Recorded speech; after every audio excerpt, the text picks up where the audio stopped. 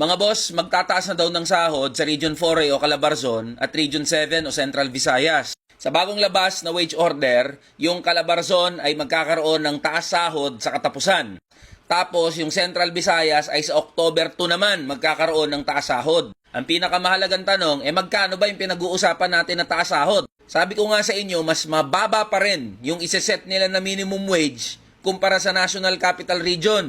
O sige, tignan natin magkano ba yung wage increase sa mga probinsya na yan. O dito sa Calabarzon, ng mga component city tsaka mga first class municipality, 41 pesos ang dagdag sa first tranche. Tapos may second tranche. Next year pa yan sa April na additional 20 pesos. Yan para sa probinsya ng Cavite, Laguna, Batangas, Quezon. Dito naman sa second and third class municipalities, yan, 25 pesos lang yung taas sahod nyo. Tapos, dun sa mga 4th, 5th, at 6th class municipalities, 35 pesos sa unang tranche. At next year, may additional na 30 pesos. Sa Central Visayas naman mga boss, 33 pesos hanggang 43 pesos lang ang dagdag na sahod dyan sa region.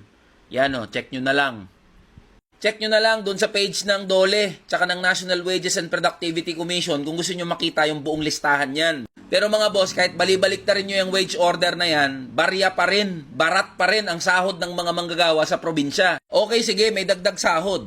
Tulong na rin yan para sa gastusin ng mga manggagawa sa araw-araw na buhay. Pero tangina, yung dagdag sahod na yan, di nga makabili ng 1 kilong bigas. Tataas nga ng sahod. Tataas din yung mga kontribusyon sa SS, PhilHealth, Pag-ibig. Tataas yung sahod ng kaunti, pero di naman bumababa yung presyo ng mga bilihin. Tataas ng kaunti yung sahod, pero yung kuryente, tubig, tsaka ibang utilities, pataas pa rin ng pataas. Di wala rin, nabawi lang yung taas sahod, nagkaroon pa ng utang yung mga manggagawa. Kaya sa totoo lang, yung mga wage order na nilalabas ng mga regional wage board, hindi naman akma. Hindi tugma sa buhay ng mga manggagawa. Ang mainam na gawin, buwagin nyo na lang kasi ang provincial rate na tinatawag. Wag ng regional wages. Puta yung presyo ng bilihin tsaka mga serbisyo, mga utilities sa buong bansa, pare-parehas. Mas mahal pa nga kadalasan sa probinsya Bakit pag-usapin ng taas sahod? Yung mga manggagawa sa probinsya, kawawang kawawa. Sinabi ko na sa inyo mga boss, mas mababa yung isiset na minimum wage sa mga probinsya. Kaya panahon na para pag-usapan yung pagpapantay ng minimum wage. NCR, Luzon, Visayas at Mindanao.